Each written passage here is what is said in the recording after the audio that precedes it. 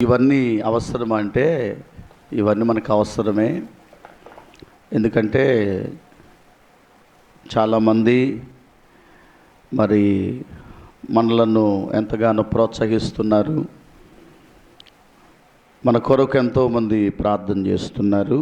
అందుని బట్టి నేను ప్రభువుని స్తుతిస్తున్నాను. దేవునికి స్తోత్రం కలుగును గాక. హల్లెలూయా, హల్లెలూయా. మంచిది. మరి దేవుని వాక్యాన్ని మనం ధ్యానం చేద్దాం.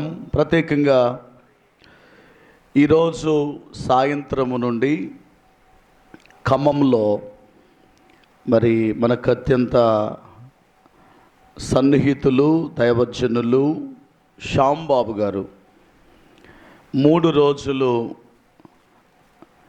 ఒక ప్రత్యేకమైన కూడికలు ఏర్పాటు చేస్తున్నారు. వరంగల్ క్రాస్ రోడ్ నందు. మరి మీ అందరూ కూడా వారు ప్రేమతో ఆహ్వానం పలుకుచున్నారు. ఆసక్తి కలిగినటువంటి వారు ఎవరైనా సరే మనమందరం తప్పనిసరిగా ఆ కూడికలలో మనం పాల్గొనవలసిన వారమై ఉన్నాం. మరి కృపా సువార్త ప్రార్థనా మందిరం వారు నిర్వహించు 29వ వార్షికోత్సవ ప్రక్షాళన సంఘ క్షేమాభివృద్ధి ప్రార్థనా కూడికలు ఈరోజు 26ఏనా?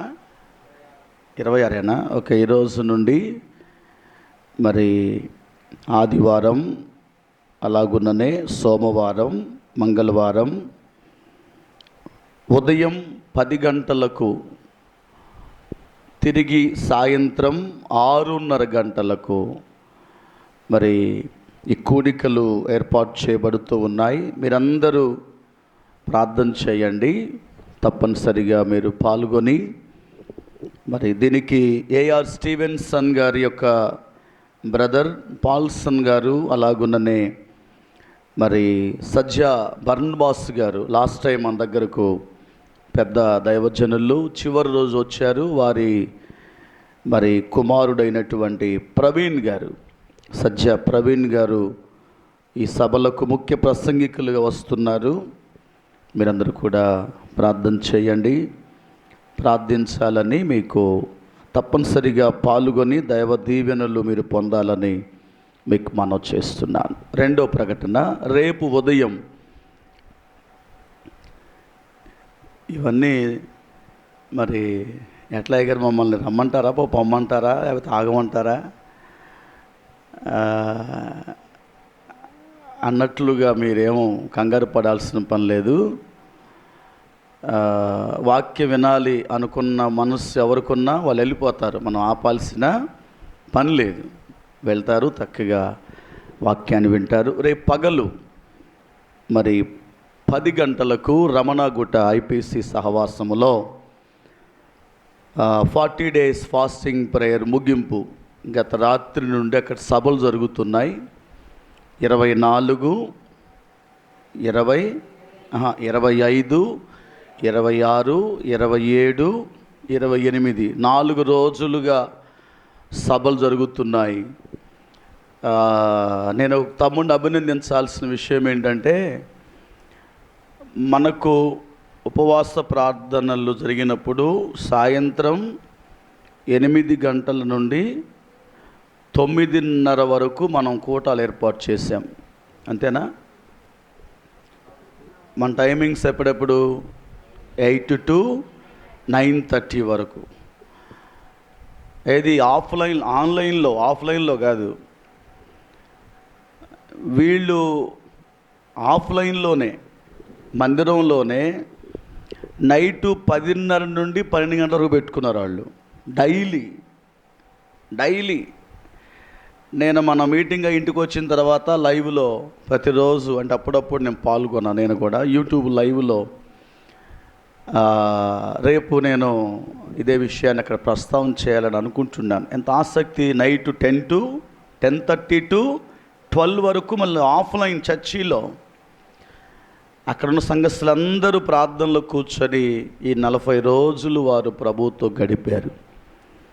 ఒక్క మాట మీకు చెప్పాలనుకుంటున్నాను. ఉపవాస ప్రార్థనలు అనేవి సరే, ఈ మాట చెప్పినాక దానికి జ్ఞాపకం చేస్తాను. రేపు పగలు సోమవారం, రేపు ఉదయం ఈ ముగింపు వేడుకల్లో నన్ను కూడా వాక్యం చెప్పడానికి ఇన్వైట్ చేశారు. రేపు పగలు అక్కడికి నేను వెళ్తున్నాను అనగానే కొడతానేమో అనుకున్నాను నేను. చప్పట్లు కొట్టి, అయ్యా ఎంత మంచి అవకాశం ఉంది అయ్యా, మీరు పోతున్నావా పోలే అన్నట్టు చూశారు మీరందరూ ఎట్టున్నారంటే పోతున్నావా, పోతే పోయినవులే, మాకేం వచ్చిందిలే అన్నట్టుగా మీ స్పందన ఉంది. అట్లా కాదు. ఒక దగ్గరికి మన స్థానిక సంఘ దేవుని సేవకులు వాక్యం చెప్పడానికి వెళ్తున్నప్పుడు మన యాటిట్యూడ్ ఎలాగుండాలంటే ఉత్సాహంగా కాస్త ఉండాలా. పోతున్నావా, పోతే పోయినవులే, నువ్వు పోతే ఎంత పోతే ఎంత అన్నట్లుగా మీ ప్రవర్తన అలా ఉండొద్దు. అక్కడ మంచి వర్తమానం మనం అక్కడ అందించున్నట్లు మీరందరూ ఏం చేయాలి, ప్రార్థన చేయాలి. గత రాత్రి అద్భుతంగా కూడిక జరిగింది. నేను నిన్నటి దినాన ముష్టికొంటలు అనే గ్రామానికి వెళ్ళి అక్కడ ఒక పాస్టర్ గారి మరి సతీమణి యవనస్తురాలు, 2 పిల్లలు, పాస్టర్ గారి భార్య, 2 పిల్లలు, పాస్టర్ గారి మామ, వారు ఒకే రోజు రోడ్డు ప్రమాదంలో మరణించారు. అమ్మాయిది కామారెడ్డి, బాబుది పాస్టర్ గారిది ముష్టికుంట్ల. తల్లిగారింటికి వెళ్ళింది పాస్టర్మ గారు, వాళ్ళ అమ్మ వాళ్ళ ఇంటికి వెళ్ళి వాళ్ళ నాన్న, ఈ పాస్టర్మ గారు, 2 పిల్లలు కామారెడ్డిలో బైక్ మీద హాస్పిటల్కి వెళ్తున్నారు. రాంగ్ రూట్లో టెప్పర్ వచ్చి కొడితే ఒకే సమయంలో 4 చనిపోయారు. ఆ ఫ్యామిలీని మేము దర్శించడానికి సమాధి కార్యక్రమానికి వెళ్ళలేకపోయాం. క్రిస్టియన్ జాయింట్ యాక్షన్ కమిటీ సిజాక్ అనేది ఈ మధ్య ఒకటి కమిటీని ఫామ్ చేశాం. అందులో నేను మరి ఈసీ మెంబర్గా కోర్ కమిటీలో కూడా ఉండటం జరిగింది. నిన్న అక్కడికి వెళ్ళి సిజాక్ తరపున దాదాపుగా అందులో ఒక 2000 మంది పాస్టర్స్ని మనం యాడ్ చేసాం. రాబోయే రోజుల్లో కొన్ని అద్భుతమైన కార్యాలు సిజాక్ ద్వారా జరిగించబోతున్నాం. మండల వ్యాప్తంగా రేపు జరిగే ఎంపీటీసీ, జెడ్పీటీసీ ఎలక్షన్లలో కూడా క్రిస్టియన్ తరపున ఒక కోఆప్షన్ మెంబర్ కూడా మనం అడగడానికి ప్రయత్నం చేస్తున్నాం. ఈ సిజాక్ తరపున నిన్న వెళ్ళి ఆ కుటుంబాన్ని పరామర్శించి అసలు చాలా విచారకరమైన విషయం, దేవుడు అనుమతించాడు, దాన్ని మనం తప్పనిసరిగా స్వీకరించాల్సిందే. ఆ భార్యను, 2 పిల్లలను కోల్పోయిన ఆ యవనస్తుడు భర్తను చూస్తే కళ్ళు చెమ్మగిల్లాయి. అక్కడ వెళ్ళిన వారందరూ కూడా ఏడ్చారు. చనిపోయిన రోజు ఎలా ఉందో వాతావరణం తెలియదు. రేపు అక్కడ ఆదరణ కూడిక. అక్కడ వాళ్ళ మామగారిని కామారెడ్డిలో మరి ఆ కార్యక్రమం చేసి ఆ తర్వాత ఆ చిన్నపిల్లలకి ఆ పాస్టమ్మ గారికి పోస్ట్ మార్టం చేసి వాళ్ళ మామగారి సమాధి కార్యక్రమం అయ్యేంతవరకు వాళ్ళిద్దరు మార్చిలో ఉన్నారు. వాళ్ళంతా అక్కడ నుంచి వాళ్ళు పికప్ చేసుకొని మళ్ళీ అక్కడ ముష్టికొంటలు వచ్చి పాస్టమ్మ గారిని, 2 పిల్లల్ని, చిన్న పిల్లలు, మేబీ 2 years 3 years లోపు 2 పిల్లలు, 2 మగ పిల్లలే. చిన్నబాబుకి ఏదో హెల్త్ ఇష్యూ ఉండి హాస్పిటల్కి వెళ్తున్నారు. అది సెన్సేషనల్ న్యూస్ అయింది పేపర్లో, ఈ వేటి న్యూస్లో, యూట్యూబ్లో, ఛానల్స్లో అన్నింటిలో. వాడు రాంగ్ రూట్లో కొట్టేశాడు. ఆ కుటుంబ ఆదరణ కొరకు మీరందరూ ప్రార్థన చేయండి. రేపు జరుగుతున్న ఆదరణ కూడికలో అక్కడ ఏ విధమైన మరి సమస్యలు లేకుండా అన్నీ చక్కగా జరుగునట్లు మీ అనుదిన ప్రార్థనలో జ్ఞాపకం చేసుకోవాలని మీకు నేను మనవి చేస్తున్నాను. ఉపవాస ప్రార్థన, దాని ప్రత్యేకత. అందరు చెప్పండి ఈ మాట. ఉపవాస ప్రార్థన, దాని ప్రత్యేకత ఏంటి? ఈరోజు జకపల్లిలో మన బ్రాంచ్ చర్చిలో సాక్ష్యాలు చెప్పండి అని అంటే వాళ్ళకి దాని మీద అసలు అవగాహన లేకుండా చెప్పారు. సాక్ష్యం ఎలా చెప్పాలో కూడా వాళ్ళకి అవగాహన లేనటువంటి భక్తులు సంఘాలలో ఉండటం నేటి దినాలలో దురదృష్టకరమని మనం చెప్పుకోవచ్చు. ఉపవాస ప్రార్థన, దాని ప్రత్యేకత మనం గ్రహించాలి. ఉపవాస ప్రార్థన అనేది, నా వైపు చూడండి, దేవునితో ఒక సంబంధాన్ని కలిగించే ఒక వారధి అని మనం తలంచాలి. దేవునితో సంబంధం, కమ్యూనికేషన్ కలిగి ఉండడానికి ఉపవాస ప్రార్థన అది ఒక వంతెనగా మనం ఏర్పాటు చేసుకోవాలి.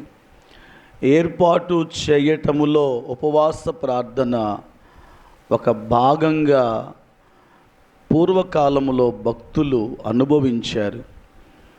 అలాగు దానిని స్వీకరించారు, అలాగు దానిని భావించారు. దేవుని ద్వారా ఘనకార్యములను వారు పొందుకున్నారు. ఉపవాస ప్రార్థన అంటే ఏదో మిమ్మల్ని ఇబ్బంది పెట్టడానికి కాదు. ఉపవాస ప్రార్థన అంటే మిమ్మల్ని ఏదో మీ శరీరములను గాయపరచటం కాదు, మిమ్మలను ఏదో బలవంతంగా కూర్చోబెట్టడానికి కాదు. సెప్టెంబర్, అక్టోబర్ మాసాలంటేనే పెంటెకోస్తల్ సంఘాలలో ఉపవాస ధూపాలు వేసేటటువంటి రోజులు. దేవునికి స్తోత్రం కలుగునుగా. ఈ ఉపవాస ధూపాలు ప్రార్థన అనుభవాల గుండా ఎవరైతే ప్రయాణము చేస్తుంటారో నిశ్చయముగా వారి జీవితాలు ఫలభరితముగా ఉంటాయి అని దేవుని వాక్యం మనకు నేర్పిస్తూ ఉంది. మీరందరూ ఒక సమర్పణలోనికి రావాలి. అయ్యా, నేను వారములో కనీసం ఒక్కసారైనా చెప్పండి ఉపవాసం ఉండి నేను ప్రార్థన చేస్తానయ్యా. ఎందుకంటే దేవునితో మనము చేరుకోవడానికి, దేవునిలో ఉన్నవి మనం పొందుకోవడానికి ప్రియులారా ఈ ఉపవాస ప్రార్థన ఎంతగానో దోహదపడుతుంది, ఎంతగానో సహాయపడుతూ ఉంది. నేను నిశ్చయముగా ఒక సేవకునిగా నేను రూఢీపరిచి మాట చెప్పాలనుకుంటున్నాను. 2026వ సంవత్సరంలో ఓ క్రొత్త అనుభవాల గుండా దేవుడు మనలను నడిపించబోతున్నాడు. ఒక నూతన అనుభవాల గుండా దేవుడు మన ప్రయాణమును ఆయన సాగింప చేయనై ఉంటూ ఉన్నారు అనడములో ఏమాత్రము కూడా సందేహము లేదు. కాబట్టి మనం ఎక్కువగా అటువంటి ప్రార్థన అనుభవాలతో మనం అడుగులు వేస్తూ దేవుని ద్వారా మన ముందుకు సాగిపోదాం. మరొకసారి లైవ్లో ఈరోజు ఆదివారం కాబట్టి దాదాపుగా ఎవరు అందుబాటులో ఉండరు. ఇక 2 తర్వాత ఇవన్నీ చూస్తారు. ఆదివారం 2 తర్వాత కాస్త భోజనం చేసుకొని ఈరోజు ఎవరెవరు ఏం వాక్యం చెప్పారు అని ఫేస్బుక్ను, యూట్యూబ్ను అలా స్కైప్ చేస్తూ కాస్త పర్వాలేదు అనుకుంటే ఆగి నేను కూడా కొన్ని వాక్యాలు వింటాను. నాకు ఇష్టమైన వారు కొంతమంది ఉన్నారు, నా ఫ్రెండ్స్ కొంతమంది ఉన్నారు, వారి వాక్యాలు కాసేపు వింటాను. యూట్యూబ్లో కొంతమంది వాక్యం వింటూ ఉంటాను. కాబట్టి అప్పుడు 2 తరువాత ఒకవేళ మన కార్యక్రమాన్ని ఎవరైనా చూసేవారు ఉంటే వారికి కూడా నా ప్రత్యేకమైనటువంటి శుభాలు తెలియపరుస్తున్నాను. కీర్తనకారుడు పరిశుద్ధ గ్రంథములో ప్రియులారా ఈరోజు 4వ కీర్తన, అందులో ఒక చరణాన్ని మనం చదివి ముందుకు వెళదాం. ఎన్నో చరణం అది? 74:4లోనికి వద్దాం. నీ ప్రత్యక్షపు గుడారములో ఏమండి విరోధులు ఆర్భాటము చేస్తున్నారు, విజయ ధ్వజములు అని తమ ధ్వజములను వారు ఎత్తియున్నారు. నీ ప్రత్యక్షపు గుడారములో నీ విరోధులు, అందరు చెప్పండి ఈ మాట, ఆర్భాటము చేస్తున్నారు. నీ ప్రత్యక్షపు గుడారములో దేవుని దాసుడైన ఆసాపు గారు రాస్తూ అంటాడు, అయ్యా నీ ప్రత్యక్షపు గుడారములో మీ అందరికీ అవగాహన కొరకు నేను కొన్ని మాటలు చెప్పాలి అనుకుంటున్నాను. ప్రత్యక్షపు గుడారములో ఎవరు ఉండాలి? ప్రత్యక్షపు గుడారము ఎవరి కొరకు? ప్రత్యక్షపు గుడారములో దేవుని పిల్లరా ఎవరు నివాసము చేస్తున్నారు? ప్రత్యక్షపు గుడారం దేని కొరకు నియమింపబడింది? నిర్గమకాండములోనికి వద్దాం. అక్కడ కొన్ని వచన భాగాలు ఇలాగు మనకు కనబడుతూ ఉంటాయి. నిర్గమకాండము 20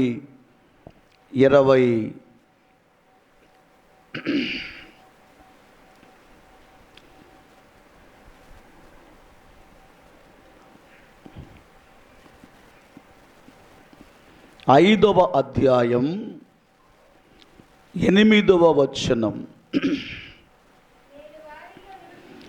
నేను వారిలో నివసించున్నట్లు వారు నాకు పరిశుద్ధ స్థలమును నిర్మింపవలెను. నేను నీకు కనపరుచు విధముగా మందిరము యొక్క ఆరూపమును దాని ఉపకరణములను రూపమును లేమండి నిర్మింపవలెను. ప్రియులారా, ఇక్కడ మనం చూచిన లేఖన భాగం నిర్గమకాండం 25వ అధ్యాయము. నా వైపు చూస్తా మాటలు వినండి. 8వ వచనములో నేను వారిలో నివసించున్నట్లు, చెప్పండి, నేను వారిలో అంటే ఎవరు వీరు? ఇశ్రాయేలీయుల ప్రజలు.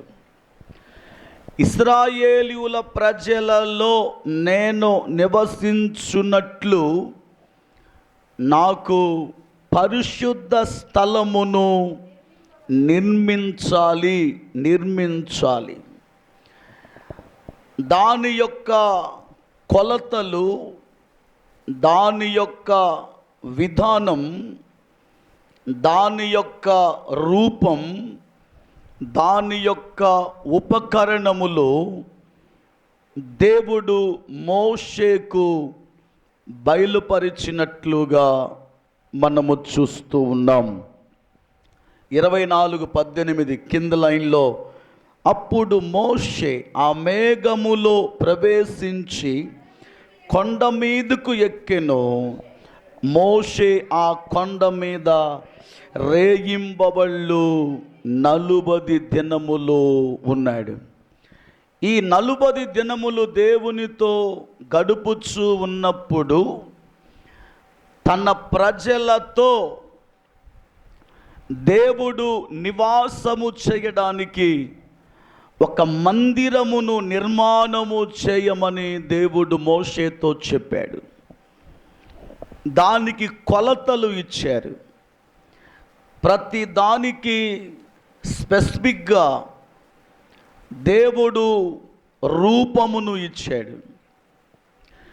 ఇక 25 నుండి మనం చదివితే మందస్సము ఎక్కడ ఉండాలి, ధూపవేదిక ఎక్కడ ఉండాలి, గంగాళము ఎక్కడ ఉండాలి, బలిపీఠము ఎక్కడ ఉండాలి, దానికి ఎన్ని దిమ్మెలు పెట్టాలి, దాని మీద తెరలు ఎలాగుండాలి. అసలు మీరు ఎంత చదువుతుంటే మీకు అర్థం కాకుండానే చికాకు పుట్టుద్ది అన్నట్టుగా ఉంటుంది ఆ చరిత్ర అంతా. మీకు అసలు అర్థమే కాదు.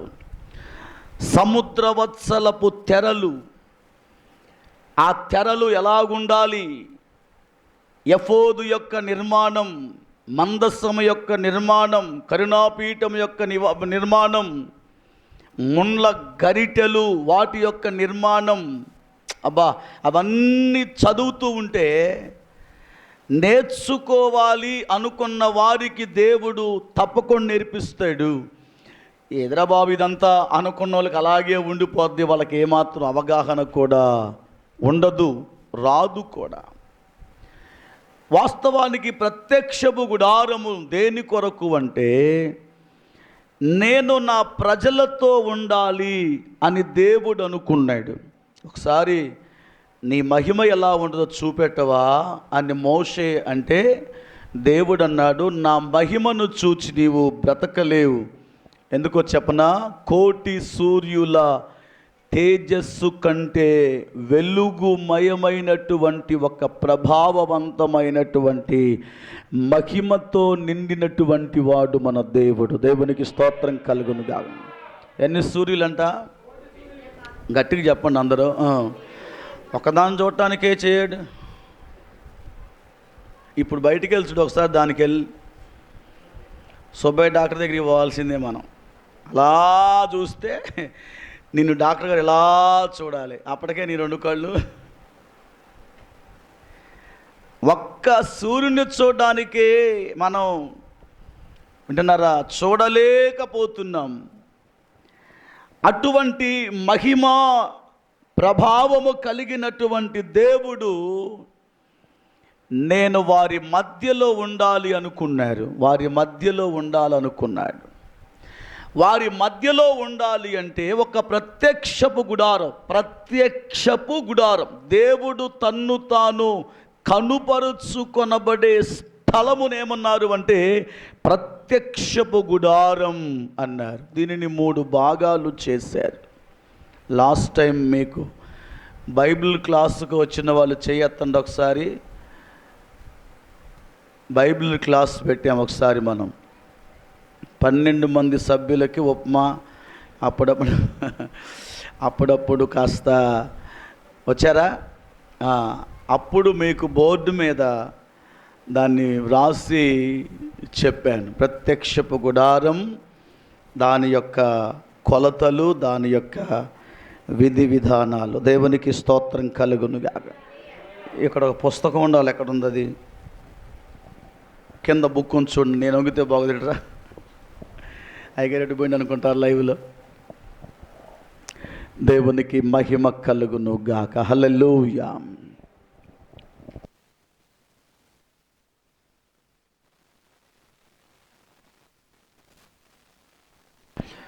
స్తోత్రం కలుగును గాక. హల్లెలూయా. అపోస్తలులు పిఎం శామ్యూయల్ నాయన గారు దీనిని ద టబర్నికల్ అనే ఒక పుస్తకాన్ని వ్రాసారు. మీరు థియాలజికల్ బైబిల్ కాలేజీలు ఎక్కడికి వెళ్ళినా, అది బీటీహెచ్ అయినా, డిడి అయినా, ఎండి అయినా, ఏడి అయినా, ఏదైనా సరే, ఇంగ్లీష్లో దైవజనులు అపోస్టల్ పిఎం శామ్యూయల్ నాయన గారు వ్రాసిన ఈ పుస్తకాన్ని ఇప్పటికీ వారు తర్ఫీదునిస్తున్నారు. కొట్టండి గట్టిగా చప్పట్లు. హల్లెలూయా. ఇది 3 భాగాలు గల కనబడుతూ ఉంటుంది. దీని చుట్టూత 60 దిమ్మెలు ఉంటాయి. ఒక్కొక్క దిమ్మె అది తుమ్మకర్రతో చేయబడింది. దానికి కొన్ని త్రాళ్ళు ఉన్నాయి. త్రాళ్ళు, దిమ్మెలు, వాటిని లాగి కట్టడానికి కొన్ని ఇనుప సువ్వలు వాడారు. ఇవన్నీ మనం ఎప్పుడైనా దేవుని చిత్తమైతే, ఈ మధ్య మన చర్చిలో ఒక బ్రదర్ అడిగారు, మళ్ళీ ఒకసారి క్లాసులు పెట్టండి డాడీ, మేము కూడా అటెండ్ అవుతామన్నారు. అంత ఓపిక ఉందా నాన్న మీకు? అంత ఓపిక కూడా ఉన్నదా? ఓకే, మీకు అంత ఓపిక ఉంటే నాకెందుకు ఉండదు ఓపిక?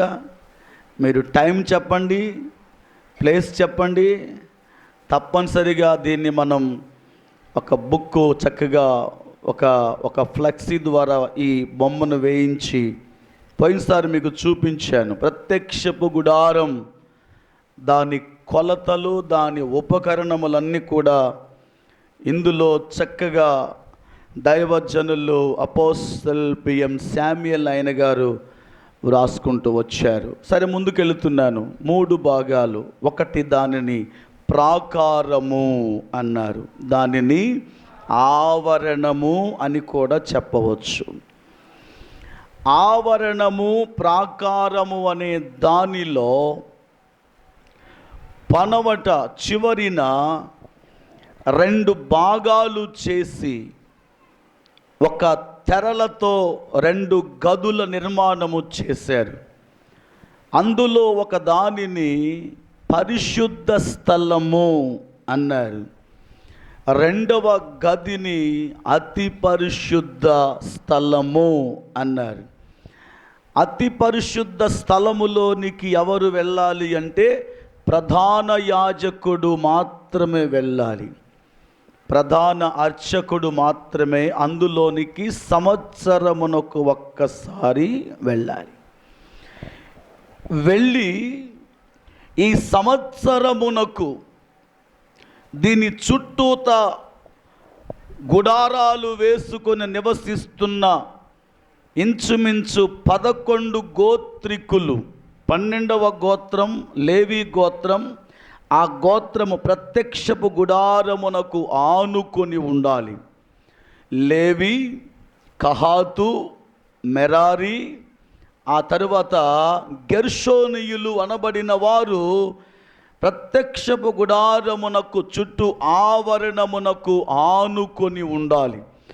వారి గుడారముల తరువాత మిగిలి ఉన్నటువంటి 11 గోత్రికులు ఉండాలి. అది దేవుడు ఏర్పాటు చేశాడు. ఎవరెక్కడ ఉండాలో వారక్కడ ఉండాలి అనేది దేవుని యొక్క నియమం. అందరు చెప్పండి ఈ మాట తెలుగులో. చెప్పండి, అందరు చెప్పండి. ఎవరెక్కడ ఉండాలో అక్కడ ఉండటం దేవుని యొక్క నియమం. మళ్ళీ ఒకసారి చెప్పండి ఈ మాట. ఎవరెక్కడ ఉండాలో చెప్పండి సార్ కొంచెం. ఇప్పుడు ఇలా చెప్పాలి, ఎవరో అనే దాని దగ్గర కాదు, నేను ఎక్కడ ఉండాలో అక్కడ ఉండటం అది దేవుని నియమం. చెప్పండి ఈ మాట. నేనెక్కడ ఉండాలో అక్కడ ఉండటం దేవుని యొక్క ప్రణాళిక. లేదయ్యా నేను అక్కడ ఉంటాను అంటే లోతు వలె అయిపోతావు. ప్రభు చెప్పాడు, ఇద్దరు ఆలోచన చేస్తూ అబ్రహాము, లోతు ఇద్దరు మాట్లాడుకునే క్రమములో దేవుని నిర్ణయానికి లోబడ్డాడు అబ్రహాం. సొంత నిర్ణయముతో వెళ్ళాడు లోతు స్వనిర్ణయముతో వెళ్ళాడు. ఒక మాట నేను చెప్పాలనుకుంటున్నాను, ప్రేమతో స్వీకరించండి. మన సొంత నిర్ణయాలు కొంచెం ప్రక్కన పెట్టి దైవికమైన నిర్ణయాలు తీసుకుంటే మనకు ఓటమి ఉండదేమో అని నా అభిప్రాయం. దేవునికి స్తోత్రం కలుగునుగాక. గట్టిగా స్తోత్రం చెప్పండి ఒకసారి. ఏది తినేది కూడా చెప్పాలి అయ్యగారికి. మేము తినేది, తాగేది, ఊరికి పోయేది అన్నీ చెప్పాలనా అంటే తినేది తాగేది చెప్పాల్సిన పని లేదులే, కానీ చెప్పవలసినవి కూడా చెప్పట్లేదు నీ బాధ. నువ్వు చెప్పవలసినవి కూడా దేవునికి చెప్పకుండా, దేవునికి విన్నవించుకోవలసినవి కూడా విన్నవించుకోకుండా నీ ఇష్టానుసారంగా ప్రవర్తించుట వలన లోతు భంగపడిపోయాడు, ఓటమిని చూచాడు. లోతు కుటుంబం శాపగ్రస్తముగా మార్చబడింది. అబ్రహాం అన్నాడు, నువ్వెక్కడికి వెళ్ళమంటే అక్కడికి వెళతాను అన్నాడు. అందరు చెప్పండి ఈ మాట. అమ్మా అమ్మా నాన్న తండ్రి, నువ్వు పిలిచిన వాడవు నీవు, ఆమెన్, నడిపించేవాడవు నీవు, పోషించేది నీవు, బలపరిచేది నీవు. పౌలు గారు అంటున్నారు, నన్ను బలపరుచు వాని యందే నేను సమస్తమును చేయగలనంటాడు. నువ్వేదైనా చేయాలి అంటే నిన్ను బలపరిచేవాడు ఒకడున్నాడు, ఆయనే ప్రభువైన యేసయ్య. ప్రత్యక్షపు గుడారము చుట్టూ ఎవరు ఎక్కడ ఉండాలో అది దేవుని నిర్ణయం. సంఘములో విశ్వాసులైన మీకు ఏ ఆధిక్యతలు ఇవ్వాలో ఓ కాపరిగా నాకు తెలుసు. నీవు కావాలి అని పరుగెత్తిన రాదు అది, నేను ఉండాలి అని నీవు అనుకున్నది నిలవదు. ఓ ఆత్మీయ కాపరిగా దేవుడిచ్చిన అవకాశాన్ని నీవు కలిగి ఉంటే మంచిది. దేవునికి స్తోత్రం కలుగును గాక. అభిషాలోము లేచి అన్నాడు, మా నాన్నకేం చేతన అవుతుంది, నేనే రాజును అన్నాడు. ఎవడో అభిషాలోము అన్నాడు, వాడు ముసలోడైపోయాడు, దావీదంతా, దావీదు చరిత్ర ఎంత, నేను అందమైనటువంటి వాడిని, జ్ఞానం కలిగిన వాడిని, నేనే రాజునని చాటింపేసుకున్నాడు. ఊరంతా చాటింపేశాడు. ఎవరు? దేవుని ప్రణాళిక అభిషాలోము మీద లేదు. నీకు నీవుగా నేను రాజుని, నాకు సైన్యాధిపతి ఉన్నాడు, నాకు యాజకుడు ఉన్నాడు, నాకు ఫలానా ఆయన ఉన్నాడు, నేను ఆయన ఉన్నాడు. ఊరంతా చాటింపు వేసుకొని ఊరంతా తిరిగి ఊరేగింపు చేసుకుంటున్నాడు. డిజే పెట్టుకున్నాడు, మేళం పెట్టుకున్నాడు, ఊరంతా తిరిగి సంబరం చేస్తామని దావీదు అన్నాడు. ఏంటి ఆ శబ్దాలు? మీ కొడుకయ్యా అభిషాలోము. ఏంటి ఆయన ఏం చేస్తున్నాడు? నేనే రాజునని ప్రకటన చేసుకున్నాడు. ఒక విషయం చెప్పనా, దేవుని ప్రణాళికలో లేనివాడు ఎన్ని గంతులేసినా ఉపయోగము ఉండదు అని దేవుని వాక్యం మనకు నేర్పిస్తుంది. దేవునికి స్తోత్రం కలుగునుగాక. అందుకు ఒక భక్తుడు పాడుతున్నాడు, ఏం పాట అది? నాలో నీవుండుటే, నీలో నేనుండుటే నా ఆత్మీయ అనుభవమే, పరిశుద్ధాత్ముని అభిషేకముతోని పరిపూర్ణత చెందేదా. నాలో నీవుండుటే, నీలో నేనుండుటే నా ఆత్మీయ అనుభవమే, పరిశుద్ధాత్ముని అభిషేకముతోనే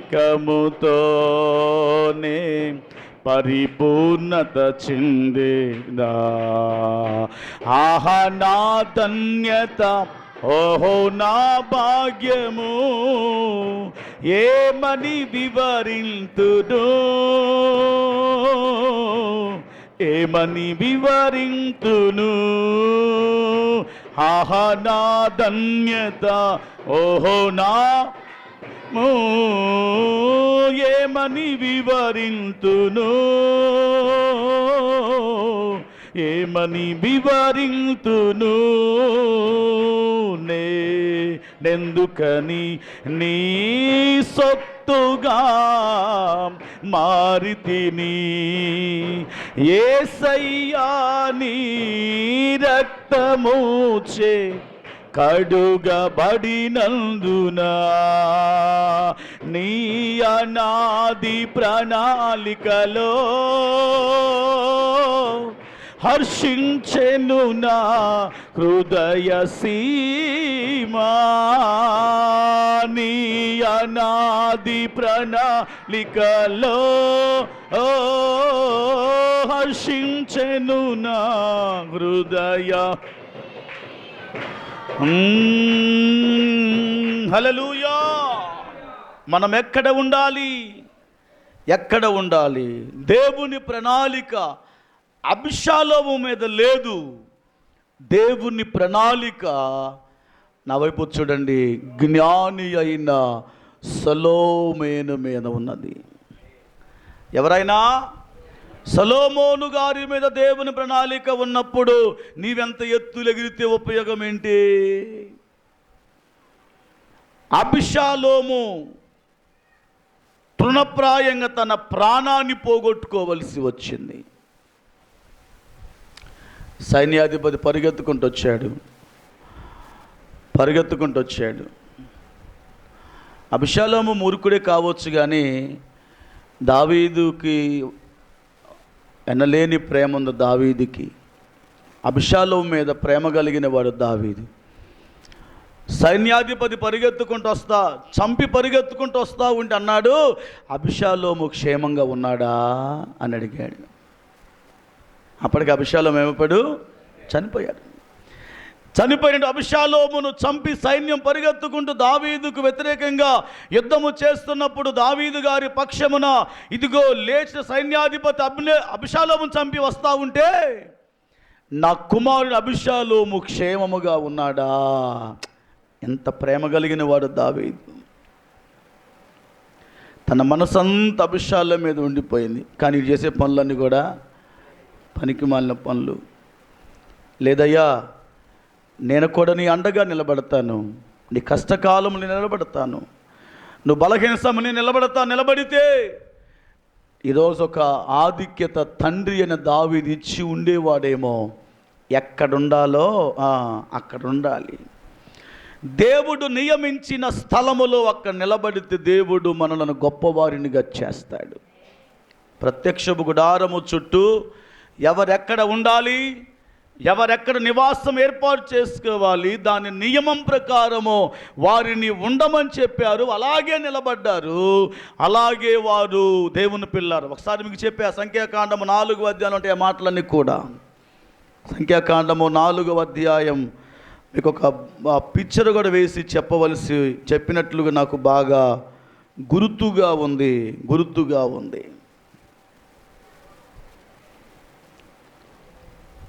4వ అధ్యాయం దేవుని పిల్లలారా, 22 22వ వచనమా, 22వ వచనం.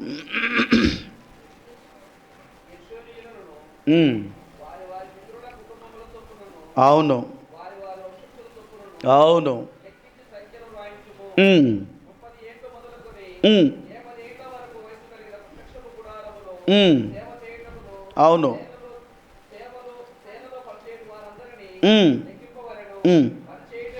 మొదటి అధ్యాయంలోనికి రా, 2-3 మాటలు క్లుప్తంగా చెప్పి ముందుకు వెళ్తాను. మొదటి అధ్యాయం 20వ వచనం. ఇశ్రాయేలు ప్రథమ కుమారుడు రూబేను పుత్రుల వంశావళి 46,500 మంది. 21 ఇలా మీరు ఇంటికి వెళ్ళిన తర్వాత అన్నీ చూడండి. 54 వచనముల వరకు ఇందులో ఎన్నెన్ని వేల మంది ఎక్కడెక్కడ ఉండాలి, ఎవరెక్కడ ఉండాలి. 2వ అధ్యాయములో మనము చూచినప్పుడు దేవుని పిల్లరా, 2వ అధ్యాయం 2వ వచనం, తూర్పున సూర్యుడు, 3వ వచనం, సూర్యుడు ఉదయం తూర్పున ఎవరుండాలి? యూదావారు ఉండాలి. ఇక అక్కడ అన్నీ ఉన్నాయి. ఇస్సాకారీయులు, జబూలీనీయులు ఉండాలి. 10వ వచనం, దక్షిణం ఎవరుండాలి? రూబేనీయులు ఉండాలి, షిమ్యోనీయులు ఉండాలి, గాదీయులు ఉండాలి. 18వ వచనం, పడమర పశ్చిమమున ఎఫ్రాయిమీయులు ఉండాలి. పేజీ తిప్పండి. అక్కడ మనం వాక్యమును మనము చూచినప్పుడు ఎఫ్రాయిమీయులు ఉండాలి. 25లో ఉత్తరమున దాను వంశస్థులు అక్కడ ఉండాలి. ఈ వచనాలన్నీ కూడా మనం చదువుకుంటూ వెళ్ళిపోతే ఎవరెక్కడ ఉండాలో వాళ్ళు అక్కడ పాలెములలో వారు దిగవలసి ఉందని ప్రభువుల వారు చెప్పుకుంటూ వచ్చారు. ఇవన్నీ ఎందుకు చెప్పవలసి వచ్చిందంటే, ప్రత్యక్షపు గుడారము చుట్టూ వీరు ఉండాలి. వారి చుట్టూ ఉన్న ప్రజల మధ్యలో ప్రభు అన్నాడు, నేను నివాసము చేయాలనుకుంటున్నాను. ప్రత్యక్షపు గుడారములో ఎవరు నివాసము చేయాలి, ఎవరు ఆర్భాటము చేయాలి? మనం చదువుకున్న టెక్స్ట్ అదే కదా. 74వ కీర్తన 4వ భాగం చదవండి. 74:4 నీ ప్రత్యక్షపు గుడారములో నీ విరోధులు ఏం చేస్తున్నారు? ఇప్పుడు వారు ఆర్భాటము చేస్తున్నారు, ఆర్భటించుచున్నారు. విజయం జయధ్వనులు అని వారు తమ ధ్వజములను ఎత్తుచున్నారు. ఇప్పుడు నా వైపు చూడండి. ప్రత్యక్షపు గుడారములో ఎవరు ఉండాలి అంటే దేవుని ప్రజలు ఉండాలి. ఎవరు ఉండాలి? దేవునిని ఆరాధించేవారు అక్కడ ఉండాలి. దేవునిని మహిమపరిచేవారు ఉండాలి. ఈ ప్రత్యక్షపు గుడారములో ఎవరున్నారు అంటే, ప్రత్యక్షపు గుడారము దేవుని నివాసమునకు స్థానమై ఉంటూ ఉంది. అంటే దేవుడు నివసించే స్థలముగా మనకు కనబడుతున్నప్పుడు, దేవుడు ఉన్న స్థలములో మహిమ ఉంటుంది, దేవుడు ఉండే స్థలములో దేవుని సన్నిధి ఉంటుంది, దేవుని ప్రత్యక్షత ఉంటుంది. దేవుడు నివసించే స్థలములో దేవుని పిల్లలు ఉండాలి. కానీ ఇక్కడ ఎవరున్నారు? ఇప్పుడు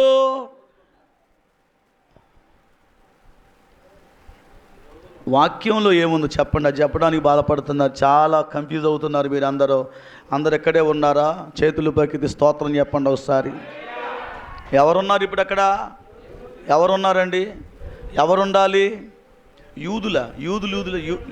యూదులు కాదు. విరోధులు అనే మాట రాకపోతే శత్రువులు అని చెప్పండి. ఎవరు? విరోధులు అనే మాట నోరు తిరగట్లే కొంతమంది. పొద్దునపాటు 2 ఇడ్లీలు ఎక్కువ తిన్నట్టుగా ఉంది. ఆ ఇడ్లీయో బోండా అడ్డుపడి యూదులు అంటున్నారు. యూదులు కాదు అక్కడ. అబద్ధం అనకుండా చెప్పండి. పొద్దున టిఫిన్ చేసిన వాళ్ళు చేయొద్దన్న ఒకసారి.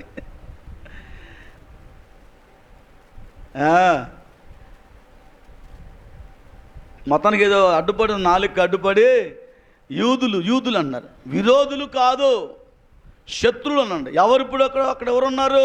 శత్రువులు ఉన్నారు. ఎవరున్నారు ఇప్పుడు అక్కడ? కొరింథీ పత్రిక దేవుని వాక్యమును మనం గమనించినప్పుడు, మొదటి పత్రిక కొరింథీ పత్రిక 3వ అధ్యాయం 16వ వచనాన్ని మనం చదువుకుందాం.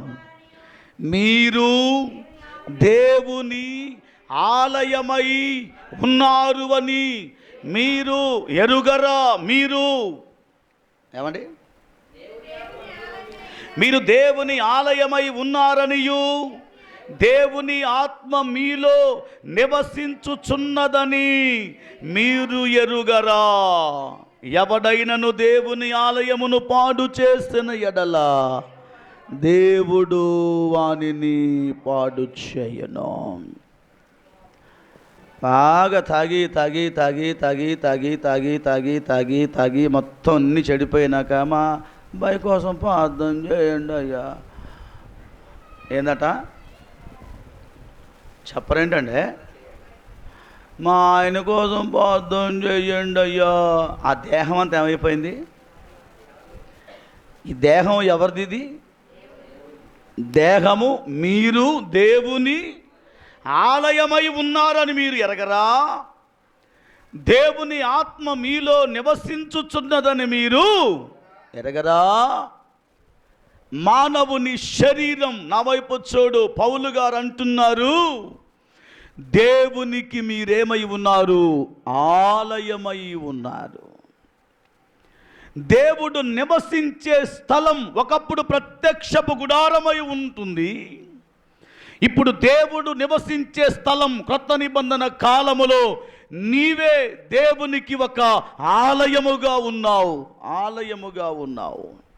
నీ ఆలయము దేవుని ఆలయము అని పిలువబడుతున్న నీ దేహములో ఎవరుండాలి? నీ శరీరములో ఎవరు ఉండాలి? నీ మనస్సులో ఎవరుండాలంటే శత్రువులు కాదు ఉండవలసింది, దేవుని సన్నిధి ఉండాలి. అక్కడ ఎవరు ఏం చేస్తున్నారు? శత్రువులు ఆర్భాటము చేస్తున్నారు. దానికి గల కారణం ఏంటంటే ప్రత్యక్షపు గుడారము ఇది దేవుని ప్రజల మధ్య ఉండవలసిన ఈ ప్రత్యక్షపు గుడారములో ఇప్పుడు ఎవరు పోగయ్యారు అంటే శత్రువులు ఆక్రమించుకున్నారు.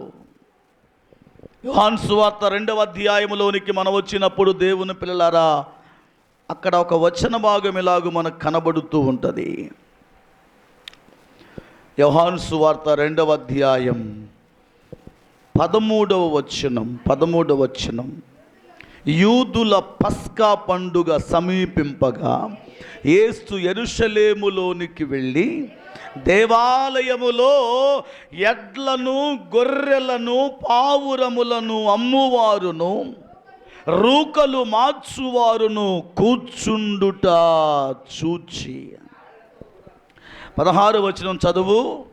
పావురములు అమ్మువారితో, వీటిని ఇక్కడ నుండి తీసుకొని పోండి, నా తండ్రి ఇల్లు ఎలా మారిపోయిందంటే వ్యాపారపు టిల్లుగా మారిపోయింది. యెరూషలేములో దేవాలయములోనికి వెళ్ళినప్పుడు దేవాలయం ఎలా మారిపోయిందంటే ఒక వ్యాపార కేంద్రముగా మారిపోయింది. ఉండకూడనటువంటివి లోపలికి వచ్చేసాయి. ఆలయములోనికి ఏమొచ్చాయంటే శత్రువులు చొరబడ్డారు. వ్యాపారం వచ్చేసింది, అవినీతి వచ్చేసింది, అక్రమం వచ్చేసింది. దేవునిని ఆరాధించడానికి నెలవైనటువంటి ఆ స్థలము ఇప్పుడు ఏమైపోయిందంటే ఒక వ్యాపార కేంద్రంగా మారిపోయింది. నీ దేహము దేవునికి ఏమై ఉండాలి? ఆలయమై ఉండాలి. ఆలయమై ఉండాలి. నీ మనస్సు, నీ ప్రవర్తన, నీ ఆలోచన దేవుని పిల్లరా ఆయన ఆలయముగా మార్చుకోవడానికి దేవుడు ఏం చేశాడు అంటే కొరింథీ పత్రిక 1వ పత్రిక 6వ అధ్యాయములోనికి వచ్చినప్పుడు అక్కడ ఒక మాట ఇలాగూ చెప్పుతూ ఉన్నాడు పౌలు గారు. అదిగో 19వ వచనం, 6వ అధ్యాయం 19వ వచనం. మీ దేహము దేవుని వలన మీకు అనుగ్రహింపబడి మీలోనున్న పరిశుద్ధాత్మకు ఆలయమై ఉన్నదని మీరు ఎరుగరా?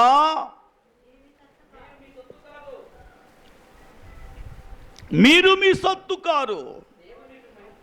ఏమండి? మీరు విలువ పెట్టి కొనబడినటువంటి వారు గనుక మీ దేహముతో ఏం చెయ్యాలి? దేవునిని మహిమపరచాలి. ఇప్పుడు మీ దేహం దేని కొరకు చెప్పండి అందరూ, కొంచెం గట్టిగా చెప్పండి అందరూ. దేవునికి మీరేమై ఉన్నారు? ఆలయమై ఉన్నారు అన్న సంగతిని మర్చిపోవద్దు. నా ఇష్టం, నా శరీరం నా ఇష్టం, నువ్వేంది చెప్పేది?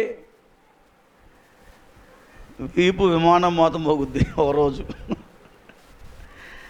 అట్నే అలాగే నీ దేహము దేవుని వలన మీకు అనుగ్రహింపబడిందని మనం గుర్తుపెట్టుకోవాలి. ప్రత్యక్షపు గుడారం పాత నిబంధన కాలములో అది ఆరు బయట వేయబడిన అది అక్షరార్థముగా ప్రత్యక్షపు గుడారమే కానివ్వండి. కొత్త నిబంధన కాలములో ఈ గుడారం ఏమైపోయిందంటే అది నీ దేహముగా మార్చబడింది. ఎన్టీ రైట్ అనే ఒక గొప్ప దైవజనులు అమెరికా దేశములో ఉంటారు. చెప్పండి. ఎన్టీ రైట్ అనే గొప్ప దైవజనులు, రైట్ గారు. పిల్లలందరూ లోపల కూర్చోండి, బయట మీ పెత్తనాలు ఎక్కువైపోయినాయి. అసలు పట్టుకోండిరా, కర్రలు పట్టుకోండి, తల కర్ర పట్టుకోండి, లోపలికి వచ్చి కూర్చోండి. పిల్లలందరూ స్తోత్రం చెప్పండి గట్టిగా ఒకసారి, హల్లెలూయా. లోపలికి వచ్చి కూర్చోండి. బయట పరిస్థితులు బాగలేదు నాన్న, అటు ఇటు తిరగమాకండి, రోడ్ల మీద వెళ్ళమాకండి, బండ్లు స్కూటర్లు, అసలే మనకు వైన్ షాపులు ఉన్నాయి. అక్కడ అన్నవాళ్ళందరూ ఫుల్గా కాస్త కార్యక్రమాలు వేసి అటు ఇటు తిరిగేటప్పుడు బైక్ తగిలినా, మనం పోయి బైక్ తగిలినా మనకే ఇబ్బంది, వాళ్ళు వచ్చి తగిలినా మనకే ఇబ్బంది. ఆదివారం కూడా కిరాణం కొట్టు కూడా పెట్టాలి. ఎక్కడ మనం ఒక ఆదివారం కిరాణం కొట్టు, అందులో పప్పు ఉండలో, నూనె డబ్బాలు, చెప్పరైందమ్మా. బిస్కెట్ ప్యాకెట్లు, ఇంకేంటైరా కురుకురే ప్యాకెట్లు, అవన్నీ ఇక్కడ కొట్టోడు పెట్టించి అమ్మాలి. ఒక ఆదివారం అమ్మాలి వాటిని వేయాలి, మళ్ళీ మిగతా రోజు మొత్తం బంద్ చేయాలి. ఎందుకంటే పిల్లలు బయటికి పోకుండా. దేవునికి స్తోత్రం కలుగును గాక. స్తోత్రం చెప్పండి ఒకసారి. వామ్మో ఇంకేమైనా ఉందా? నిన్న ప్రార్థన పోతే బండి వచ్చి గుద్దుకున్న మా అబ్బాయికి కుట్లు పడ్డాయి, దెబ్బలు తగిలి తలకాయ పగిలింది అనే పేరు మన సంఘానికి రావద్దు అని ముందు జాగ్రత్త చెబుతున్నాను. ఏమాత్రం ఇబ్బంది పడొద్దు, కంగారు కూడా పడొద్దు. దేవునికి మహిమ కలుగును గాక. స్తోత్రం చెప్పండి ఒకసారి.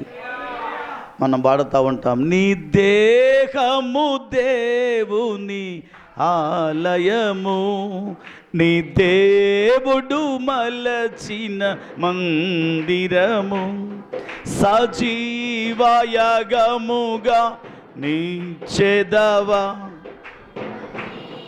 కానుక పాటలు కాదు, నీ చెదవా నీవి చెదవా సమర్పణ చేయుము, ధనము సమయమును సమర్పణ భువునకు నీ దేహము. నో హల్లెలూయా. మనము దేహముతో చెప్పండి దేవుని ఏం చేయాలి? మహిమపరచాలి. మహిమపరచాలి అంటే నా వైపు వచ్చాడు, జాగ్రత్తగా విను. మహిమపరచాలి. మహిమపరచాలి అంటే గలతీ పత్రికలో పౌలు గారు ఒక మాట చెప్తూ ఉన్నారు. 2వ అధ్యాయం, గలతీ పత్రిక 2వ అధ్యాయము, అందులో 19వ వచనాన్ని చదువుకుందాం. నేనైతే దేవుని విషయమై జీవించు నిమిత్తం ధర్మశాస్త్రము వలన, ధర్మశాస్త్ర విషయమై నేనేమైపోయాను? చచ్చిన వాడనయ్యాను. మీకు అర్థం కావడం కోసం ఇలా చెప్పాలనుకుంటున్నాను. గలతీలో ఉన్న వారందరూ ధర్మశాస్త్రమును వారు అనర్గళంగా పాటిస్తున్నారు చదువుతూ.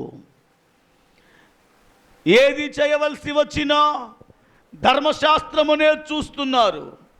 ఏది చెప్పవలసి వచ్చినా ధర్మశాస్త్రాన్ని పాటిస్తూ ఉన్నారు. పౌలు గారు అంటున్నారు, మీరు చూడవలసింది ధర్మశాస్త్రమును కాదు.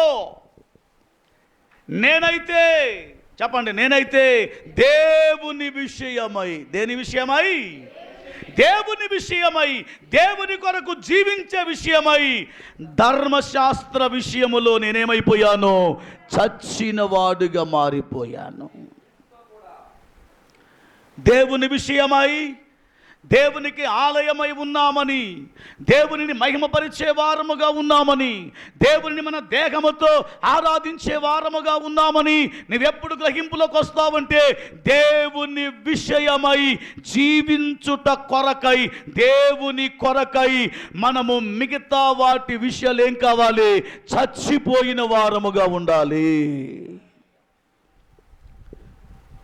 దేవుని విషయమై, ఆరాధన విషయమై, మహిమపరిచే విషయములో ఏదైతే నిన్ను ఆటంకపరుస్తూ ఉందో, దేవునిలో ఎదగకుండా ఏదైతే నిన్ను అభ్యంతరపరుస్తూ ఉందో, వాటన్నిటి విషయములో నీవేం కావాలంటే చనిపోయిన వాడుగా ఉండాలి అంటాడు పౌలు అపోస్తలుడు. ఇంకొక మాట అంటాడు కింద, నేను క్రీస్తుతో కూడా సిలువ వేయబడి ఉన్నాను. చెప్పండి, నేను క్రీస్తుతో కూడా సిలువ వేయబడి ఉన్నాను. జీవించువాడను ఇక జీవించువాడను నేను కాను, క్రీస్తే నా యందు జీవించుచున్నాడు. క్రీస్తు నీలో జీవిస్తే నీ దేహము దేవునికి ఆలయముగా మార్చబడుతుంది. నీవు క్రీస్తును ధరించుకొని ఉంటే, నీవు క్రీస్తులోనికి బాప్తిస్మమును పొంది ఉంటే, చదవండి ఆ మాట, 3వ అధ్యాయం 26 వచనాన్ని మనం చదివినప్పుడు 3:26, యేసు క్రీస్తునందు మీరందరూ విశ్వాసం వలన దేవునికి ఏమై ఉన్నారు? కుమారులై ఉన్నారు. క్రీస్తులోనికి బాప్తిసం పొందిన మీరందరూ ఎవరిని ధరించుకోవాలి? ఇప్పుడు మీరందరూ బాప్తిసం పొందారా? అడిగేది మిమ్మల్ని, చెప్పండి, పొందారా లేదా? Yes or no? పొందితే మీరు ఎవరిని ధరించుకున్నారు? అవునా? పౌలు గారికి ఆశ్చర్యం అనిపించింది. క్రీస్తును ధరిస్తే మీరు దేవుని కార్యములు ఎందుకు చూడటం లేదు? క్రీస్తును ధరిస్తే మీరు ఎవరిని మహిమపరుస్తూ ఉన్నారు? క్రీస్తును ధరిస్తే మీరు ఎవరి కొరకు మహిమకరముగా ఉంటూ ఉన్నారు? క్రీస్తులోనికి బాప్తిసం పొందిన మనమందరము క్రీస్తును ధరించుకొని ఉన్నాము అనంటే, మనలో దేవుని పిల్లలారా దేవుని యొక్క కార్యములు ఇతరులకు బయలుపరచబడేవిగా ఉండాలి. క్రీస్తును ధరించుకుంటే మన మాట ఎలాగుండాలి? క్రీస్తుదై ఉండాలి. మన ఆలోచన ఎలాగుండాలి? క్రీస్తుదై ఉండాలి. మన పద్ధతులు ఎలాగుండాలి? అవి క్రీస్తువై ఉండాలి. మన దేహము దేవునికి మహిమకరముగా వాడబడేదిగా ఉండాలి. ఆదివారం ప్రార్థన జరుగుతుంది, చేపలకు వెళ్తావు నువ్వు గాలం పట్టుకొని. నీ మనసు ఎట్టొప్పింది? నిన్ను కాదు, అది మిమ్మల్ని కాదు. ఆ గాలం తీసుకొని పోయిన అడుగుతున్నాను నేను. ఆ రోజు కాపుగల్లో పాస్టర్ గారికి యాక్సిడెంట్ అయినప్పుడు ఒక ఆదివారం ఆరాధనకి వెళ్ళాను నేను. ఇక్కడ నుంచి జక్కపల్లి ప్రార్థన చూసుకొని వెళ్ళిపోతూ ఉంటే పళ్ళన్నీ గులుచుకుంటూ గాలం వేసుకొని చేపలు పడుతుంది అక్కడ ఆ ఈటికాడ. ప్రార్థన జరుగుతుంది. నీ దేహం ఎక్కడుండాలి? దేవుని మహిమపరిచే స్థానములో ఉండాలి. ఎన్నిసార్లు దేవుని గాయపరిచావు? నువ్వు దేవుని కుమారుడు అని ఎలా రుజువుపరచగలవు? నువ్వు దేవుని కొరకు బ్రతుకుచున్నావని ఎలా నీ దేహముతో రుజువు చేయించగలవు? ఫిలిప్పీ పత్రిక 3వ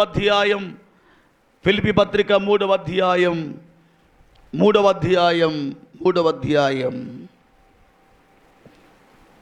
చిన్నగా చదవండి. 6వ వచనం. 8వ దినమున సున్నతి పొంది తిని. దొరకలేదా?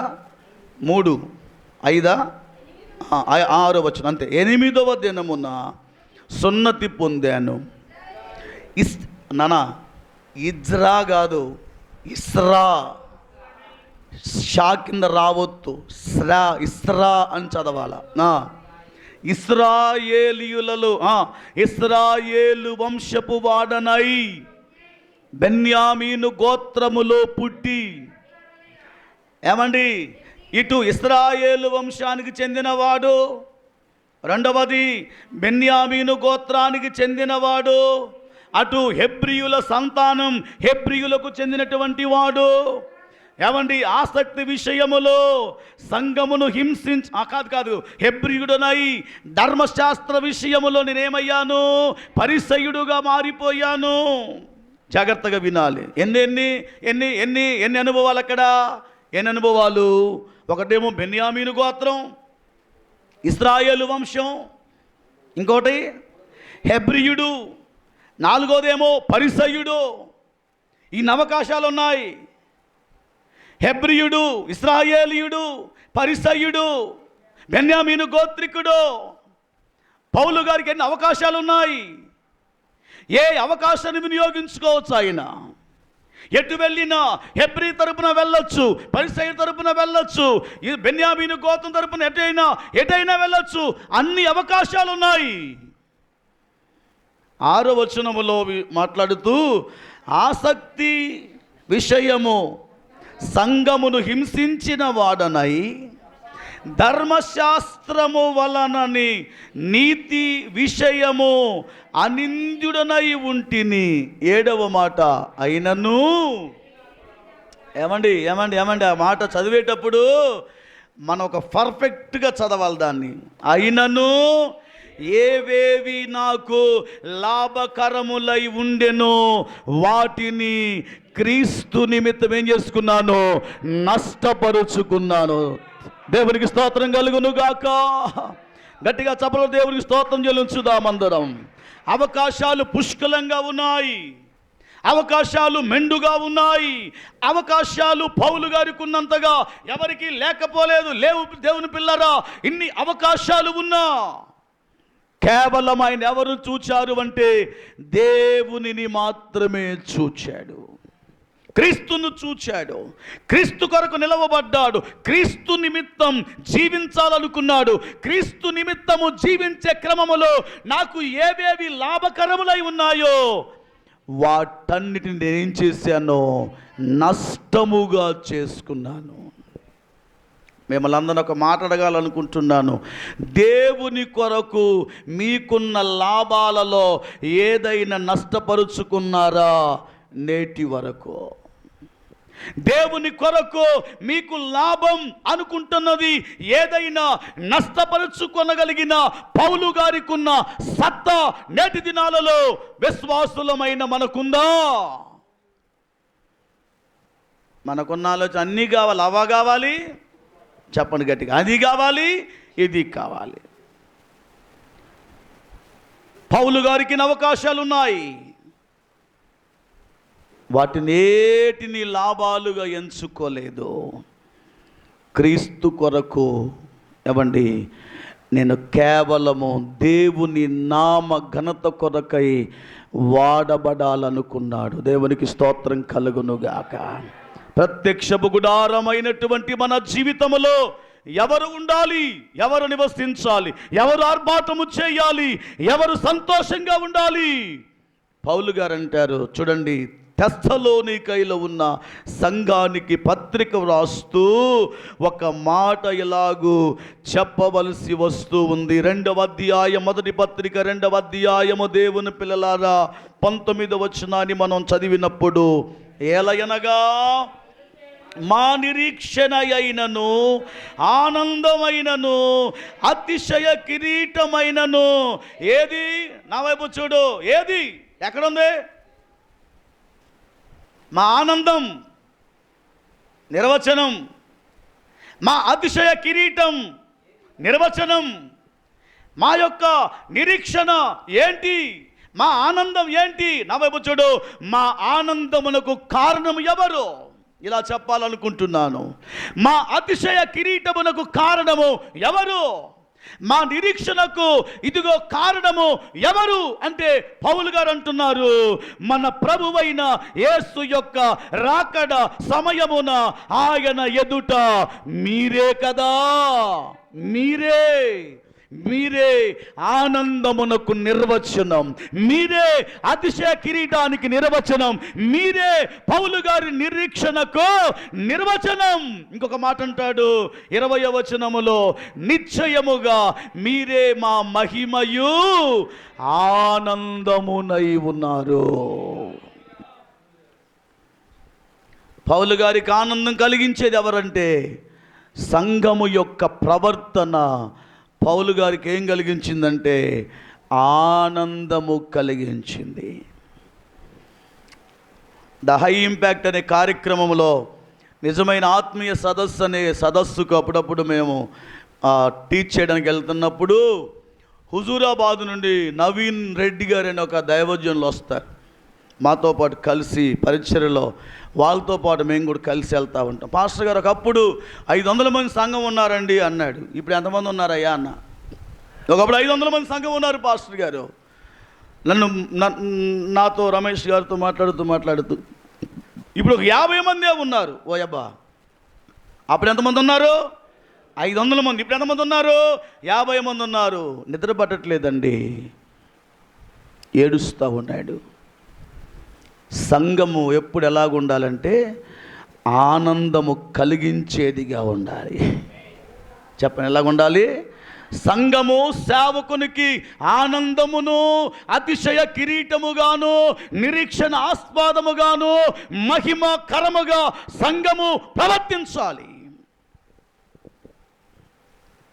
సేవకుడు ఏడిస్తే దేవుని పిల్లరా, అది సంఘానికి అది ప్రయోజనకరమో కాదు. ఈ రోజుల్లో ఏడిపించే వాళ్ళు ఎక్కువైపోయారు, సేవకురాండని.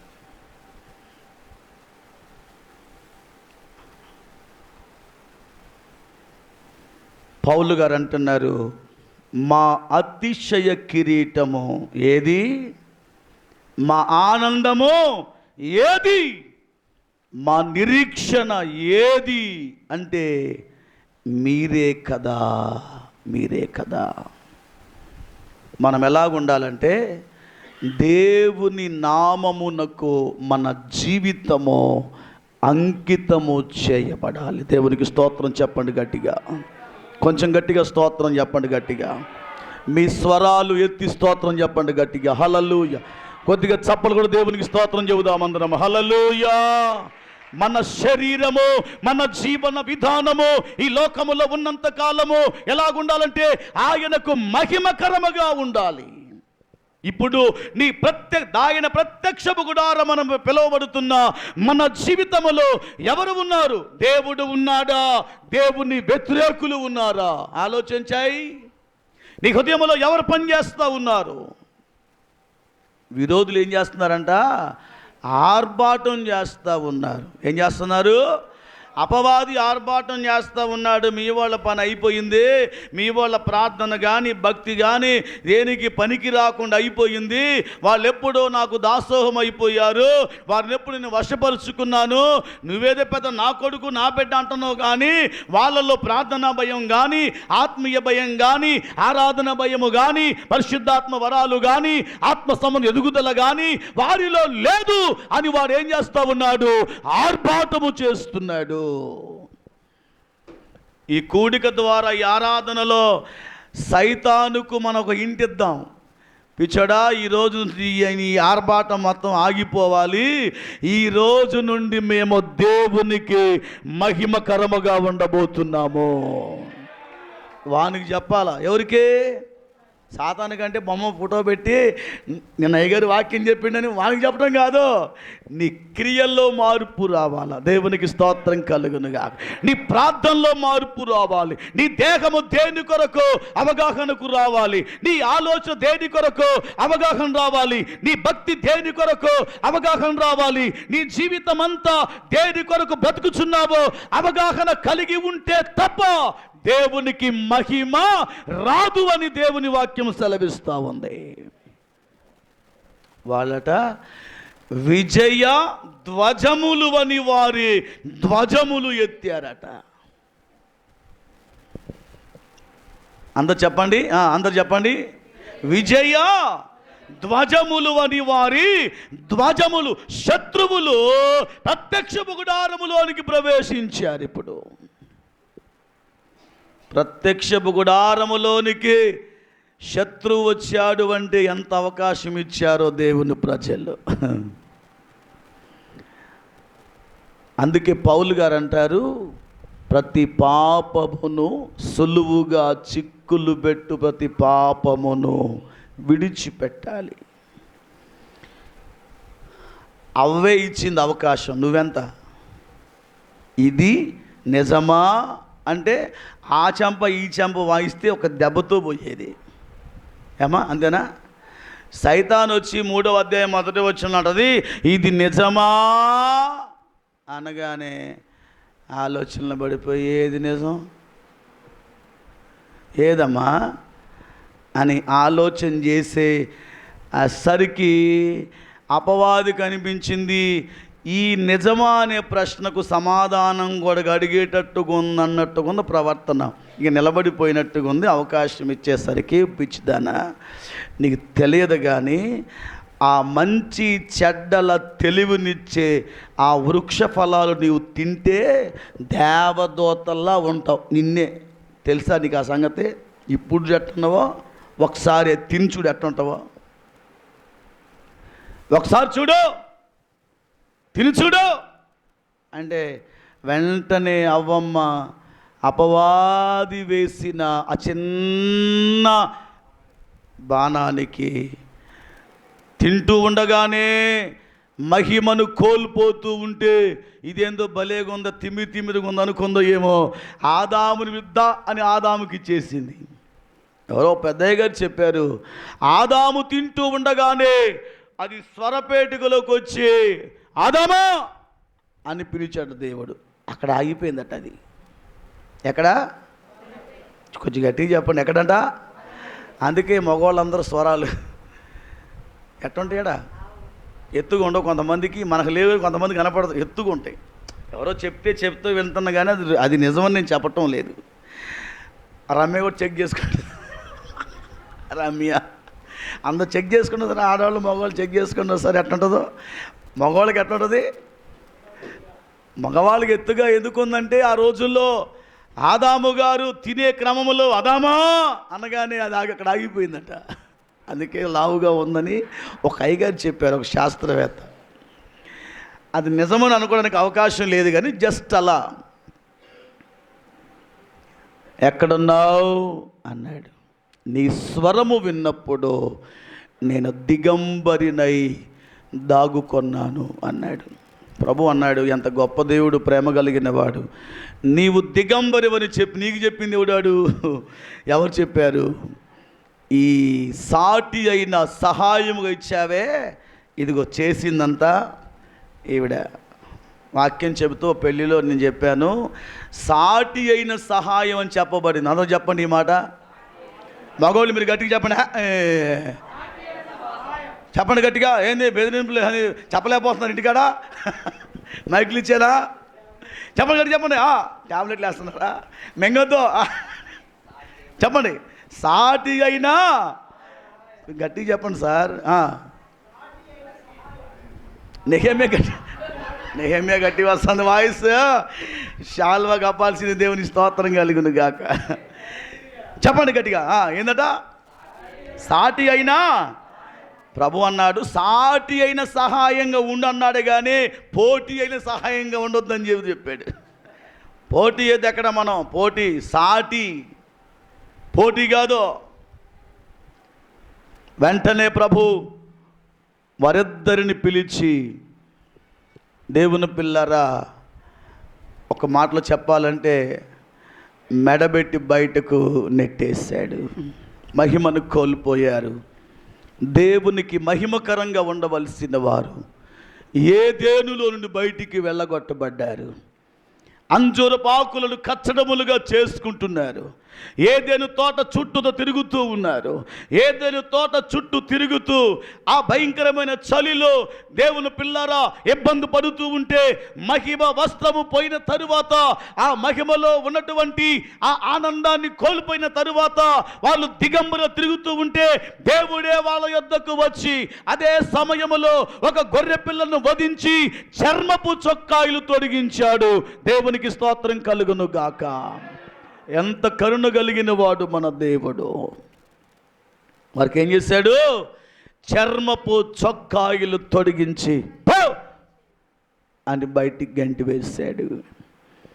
మొదటి మానవుడైన ఆదాము దేవుని పిల్లరా మహిమను కోల్పోయి లోకములో పాపిగా బ్రతుకుచూ ఉంటే, కడపటి ఆదామనబడిన యేసయ్య అదే మహిమను మరలా తన ప్రజలైన ఆదాము సంతతికి ఇవ్వడానికి ఆ సిలువలో మన కొరకు ఆయన విలువైన రక్తమును చిందించాడు. దేవునికి స్తోత్రం కలుగును గాక. చిందించిన దేవుడు ఆ మహిమ రక్తం, ఆ మహిమను మనకు అనుగ్రహించి ఆ మహిమలో నీవు నిలబడాలని, ఆ భక్తిలో నిలబడాలని, దేవుని మహిమపరిచేవాడవగా ఉండాలని, దేవునికి మహిమార్థంగా ఉండాలని నీ ఆలోచనలు కానివ్వండి, నీ ప్రవర్తన కానివ్వండి, నీ జీవిత విధానము కానివ్వండి, ప్రత్యక్షపు గుడారము అని పిలువబడుతున్న నీ దేహములో శత్రువులు ఉండకూడదని, ఆగినే ఉండాలని, ఆగిన మహిమే ఉండాలని మనందరి కొరకు ఆయన సిలువలో తన విలువైన ప్రాణమును అర్పించాడు. దేవునికి స్తోత్రం కలుగును గాక. సమాధి చేయబడి 3వ దినమున మృత్యుంజయుడిగా లేచి పరలోక రాజ్యమునకు వెళ్ళి మరలా తిరిగి దేవుడు రెండవసారి ఆయన రాబోతున్నాడు. ఇప్పుడు వచ్చేవాడు ఎలా వస్తున్నాడు అంటే, రాజులకు రాజుగా, ప్రభువులకు ప్రభువుగా. ఇంకొక మాటలో చెప్పాలంటే దేవతలకు దేవుడుగా దిగి రాబోతున్నాడు. దేవునికి స్తోత్రం కలుగును గాక. హల్లెలూయా. ఆయన వచ్చేటప్పుడు ఓర్కన రావట్లేదు. ఆయన వచ్చేటప్పుడు వాని జీతమును సిద్ధం చేసుకొని రాబోతున్నాడు. ఆయన రాకముందే, మన జీతము లెక్క కట్టకముందే నీవు దేవునికి మహిమార్థముగా జీవిస్తున్నావా? దేవునికి మహిమకరముగా జీవిస్తున్నావా? అపవాది క్రియలకు అవకాశం ఇస్తూ నీ జీవితంలో అపవాది కేకలు వేసే ఆత్మీయ జీవితాన్ని కలిగి ఉంటున్నావా? ఎవరికి నీవు ఒక అవకాశం ఇస్తున్నావు? ప్రత్యక్షపు గుడారములో ఎవరు ఉండాలి? దేవుని సన్నిధి ఉండాలి. ఎవరు ఉండాలండి? దేవుని మహిమ ఉండాలి. నీ శరీరములో ఎవరు జీవిస్తున్నారు? నీ శరీరము దేనికి ఆస్పదముగా చేస్తున్నావు? భక్తికి ఆస్పదంగా చేస్తున్నావా? లోకానికి ఆస్పదంగా చేస్తున్నావా? ఎలా ఉంది అని ఒకసారి నువ్వు ఆలోచన చేసి, ఇంతవరకు ఈ మర్మము, ఈ విషయము తెలియక అజ్ఞానములో ఉన్నావేమో. క్రీస్తు కొరకు జీవించుట నిమిత్తమై, క్రీస్తు కొరకు బ్రతుకుట కొరకై నాకు ఏవేవి లాభకరములై ఉన్నాయో వాటన్నిటిని ఏం చేశాను? నేను పెంటతో సమానముగా చేసుకున్నాను. కాబట్టి అంత్య దినాలలో, ప్రభు త్వరగా రాబోతున్న ఈ దినాలలో మన జీవితాన్ని దేవునికి మహిమకరముగా చేసుకుంటూ దేవునికి మహిమార్థమై మనం వాడబడదాం. అటువంటి బలమైన కృప ప్రభు మనందరికీ వాళ్ళని కోరుకుంటూ ఈ మాటలు ముగిస్తున్నాను. అందరము లేచి నిలబడదాం, ప్రార్థన చేద్దాం. దేవుడి కొద్ది మాటలు మన వినికిడిలో ఆశీర్వదించి నెరవేర్చునుగాక. హల్లెలూయా. అందరము చేతులు పైకెత్తి నోరు తెరచి ప్రార్థన చేద్దాం.